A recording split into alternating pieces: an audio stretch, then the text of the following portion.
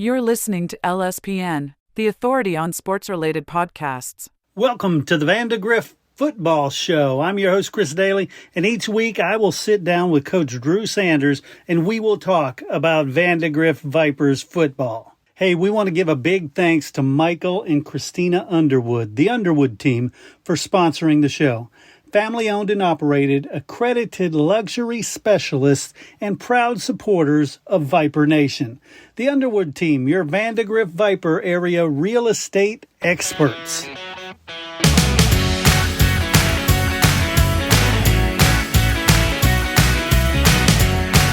All right, everybody join me in welcoming Coach Drew Sanders to the show. Coach, how are you? I'm doing great. We're practicing on Thanksgiving, so that always means the coach is doing good. That is huge. I love that. That is one of those marquee things, and you hit it again. Yes, yeah. This is our ninth time at Vandegrift we have practiced on Thanksgiving. Sweet.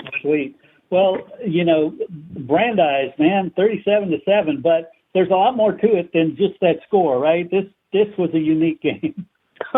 Yeah, that is an understatement of the century. So I haven't had a game like this since, I'm thinking back, probably 2014 against the Lockhart Lions, where we had 2 or 3 different hour-long rain delays. That was a crazy one. This game, we did not get done until almost Friday, and for those people that weren't aware, we played on Thursday. Yeah. Wow. Yeah.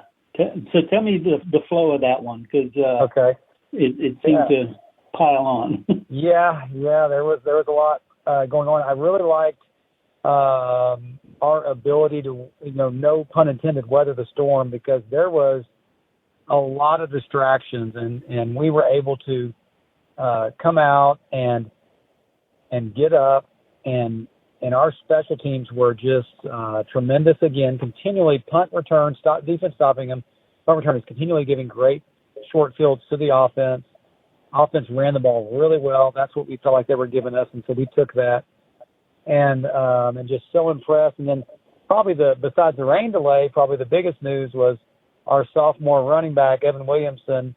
He of course has been on varsity the whole year, but hasn't played. He has played JV pretty much the whole year. I think this is maybe his 3rd or 4th game, but he scored 3 touchdowns, looked super explosive, had just a really breakout game, so we're really proud of him. We were missing Justin Moore, our normal starter, so he got Sam Brown and Rion Brar, and then Evan got the call, and Evan really showed out, so really proud of him. But I guess probably another big story was we have to go into a second rain delay. We start about 8, we're supposed to start at 7. Play the game, get about the third quarter, this torrential downpour comes again. We have to go in the locker room for another hour, maybe hour and a half, and come back out. And we have so much energy. We have so much positivity. We 3-and-out them. We immediately score, and that was basically ball game after that. Yeah. Nice. So, guys, next up we have San Marcos. So talk to me about them.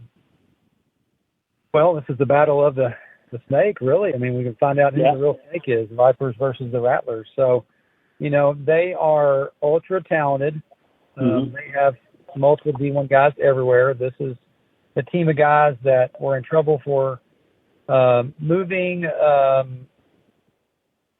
all moving for athletic reasons. You all found them guilty, and so they've been suspended, and they now are eligible this year. So they've got 8 wins this year. They've got a lot of talent, and they're going to be, a lot to handle offensively.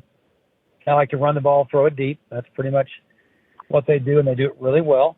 They have a big quarterback, and then defensively, they can do anything they want. They've got a great Mike linebacker. They've got very talented skill in the secondary.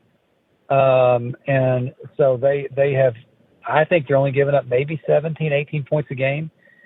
They've got a really elite defense. But we're excited about the opportunity to get to go to Alamo Dome again. We've played there multiple times, and so excited about the opportunity to play in the Alamo Dome, one of the more premier spots in Texas to play.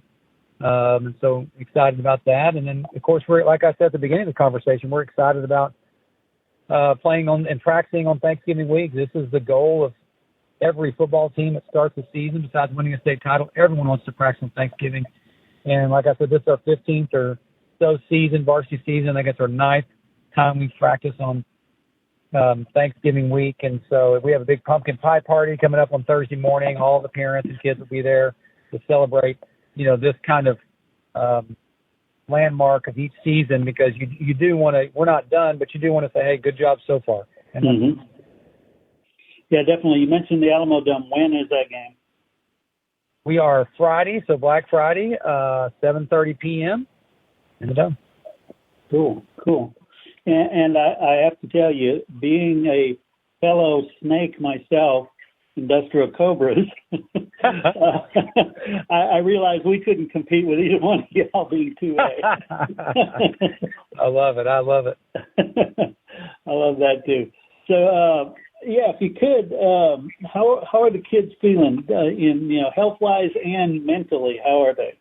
Yeah, I think we still are battling through a few injuries that we're going to stay the rest of the year, but overall, I feel like we're fairly healthy. But the mentality of the team is great. Like we are super excited for this matchup. I can tell practices have been good so far. I know we're not done with the week yet, but I think we've had a good week of prep so far and trying to install our plan. And they are not. I don't sense that they're done playing this season. I feel like they still want to keep going. Yeah, and from last year that it's important to peak at the right time. How are you guys doing in terms of peaking? Yeah, I don't know how to measure that. I do know how to look at, are we still practicing hard? Are we still game planning like we're supposed to? Are we still having a good attitude? Are we still remaining coachable? And I can check yes on all those boxes.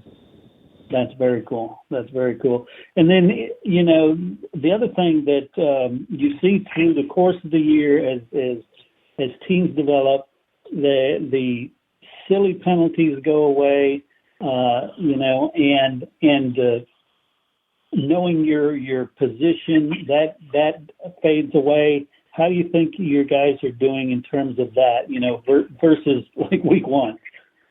Yeah, I mean, I think, I use the term the role, what is their role on the team? And I see everybody settling into their role and understanding where they are and having a great attitude about that. I mean, that is the mark of a great team, is everybody seeing value in whatever role each person has. And that's what I feel like we're seeing. It's a lot like you're trying to get each year. It's hard to do this, but you're trying each year to get a family feel. And then you think about your own family, anybody listening, think about your family. There's no family that's perfect. You have arguments, you have issues, you have problems, but overall you love each other and you have to take care of each other. And that's what we're going for. And I feel like we're still making strides towards that.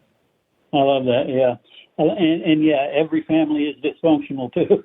Yeah, that's right. At a certain level, it sure is. I love that. Well, cool, Coach. Josh, best of luck. Well, first, congratulations again on Brandeis. That was a big win.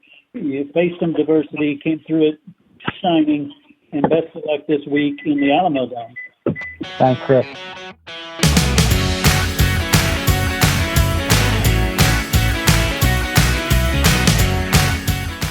Did you play Texas high school football? If you did, you're part of an elite group, the Brotherhood of Texas High School Football. All football players, past and present, who have ever suited up in the Lone Star State are eligible. Go to LoneStarGridiron.com/brotherhood. And thank you for the part you played in the greatest sport in the greatest state.